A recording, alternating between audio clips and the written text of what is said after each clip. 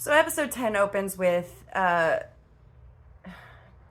Jacquelina meeting Josh at the coffee shop, and stupid, dumb, dumb, dumb.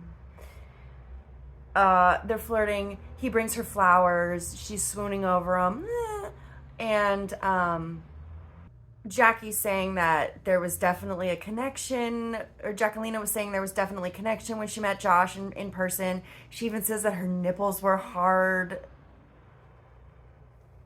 Come on, girl. Come on. Ugh. Come on. Come on, girl. And so, I mean, what can I say? Jacquelina wants Josh for whatever ungodly reason. I can't explain it, but that's what she wants. So Josh basically says, "Are you going to marry Marshall?" She says, "No, I can't." And he says that he wants to try dating her, and she says, "Cool, let's go. Let's try." They get up, and she kisses him, and okay. Okay. Marshall is still at the fitting, but he just got told the news that Jacquelina didn't go to the dress fitting, so he is now outside talking to the producers and the cameraman and saying like he's done talking, it's over. It's like, it is what it is. So the girls are trying on dresses. A bunch of family members and friends are there. Really, honestly, nothing really important happened there. I will say, my favorite dress was Micah's first dress, the one that she did not pick.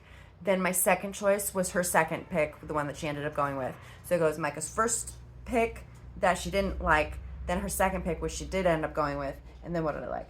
Then I liked Tiffany's dress, and I liked how she was trying to coordinate with Brett and how he likes all the little details and stuff. So I like that little nod to kind of not coordinate, but a little bit. And then I liked Bliss's dress because it was different, and it's very fairy tale, very whimsical, very princess like, which it was kind of different. But it also had that sheer cut out in front for some cleavage, some sexy cleavage. And then Chelsea's was last. Honestly, I think Chelsea could have done better. I think it was very traditional, safe choice, and I don't think it did her any favors. But it was pretty. It was fine. It wasn't ugly. It was fine. At the tux fitting, Kwame is still talking to his friends about how much he has to compromise with Chelsea and how it's like just hard for him and all the changes and stuff. So it seems like all this is pointing at him saying no, but we'll see. Did anybody else think that Zach's sister looked like a prettier, better, in all senses of the word, better Irina? Like, I don't know.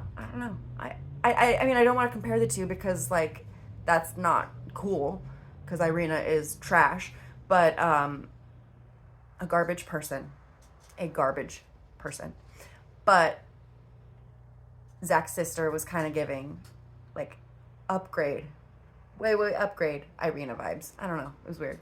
Then we get a scene of Marshall going back home to see Jacquelina, who's just sitting there totally like emotionless and just dead to the world. And he's like, "So what is going on? Like, what's happening?" And she basically says, "Well, I can't marry you, and I have a connection with Josh, and I'm attracted to him, and there's chemistry, so I'm gonna go do that." And Marshall's just like, "The fuck? Where'd that come from?" And honestly, he deserves better. And I'm sorry that it ended that way and that, like, Josh, of all people, was the catalyst. Like, I wish Marshall had called it off and not the other way around. And definitely not because of Josh. So that is what I had hoped for.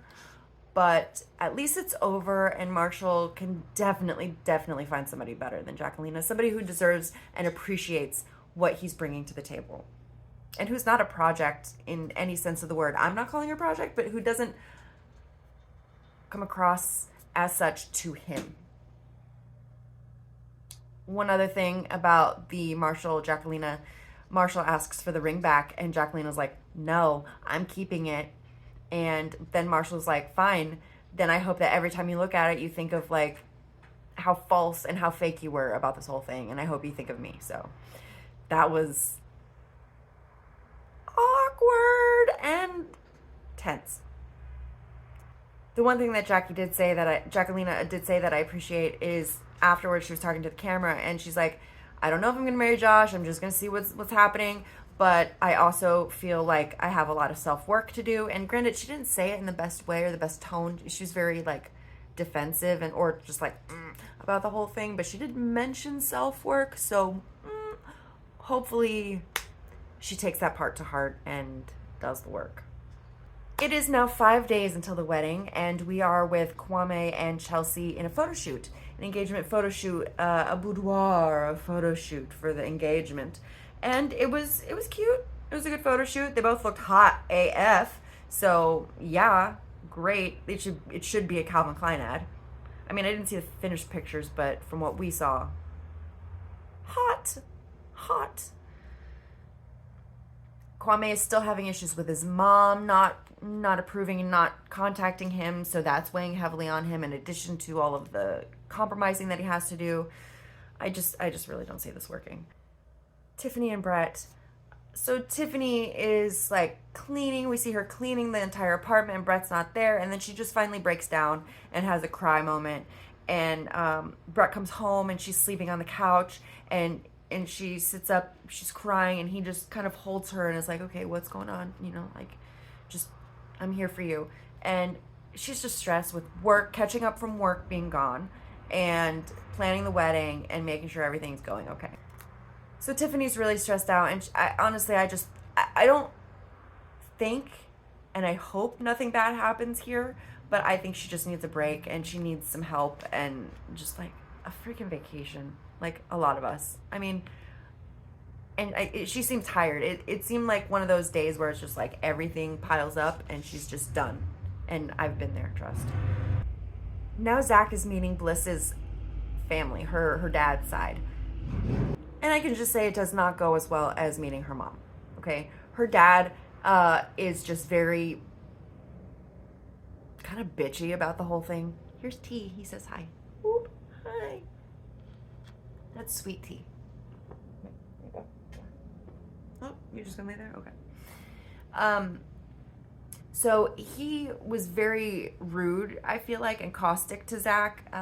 I get it. I get giving Zach a hard time about the Irina stuff. He likes dating shows too. Hello. He's a lover. So he's basically giving them a hard time, saying that they didn't know each other long enough to get married and that it ends in divorce and stuff. And it's like, oh, that's rich coming from you, who has clearly gotten divorced and remarried and started a second family with the new wife. So excuse me, like, knowing somebody longer doesn't necessarily equate to having a long-term non-divorce relationship. You know, it's just like, okay, hypocrite. Okay, don't like it.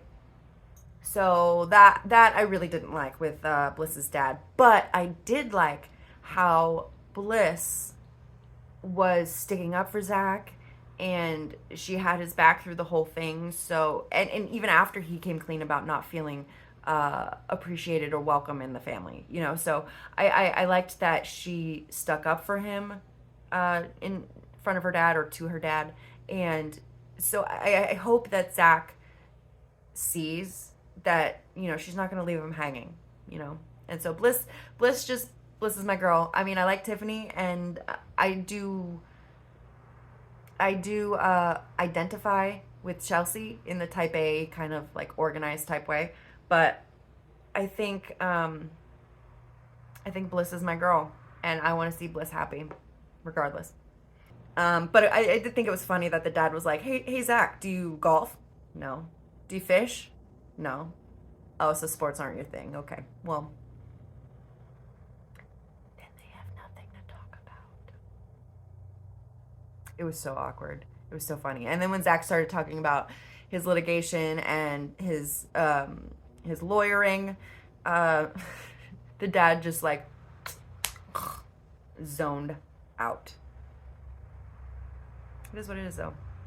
Kudos to Bliss for sticking up for Zach against her dad and for backing her man, you know, in this situation, because I feel like her dad was a little out of line in this instance.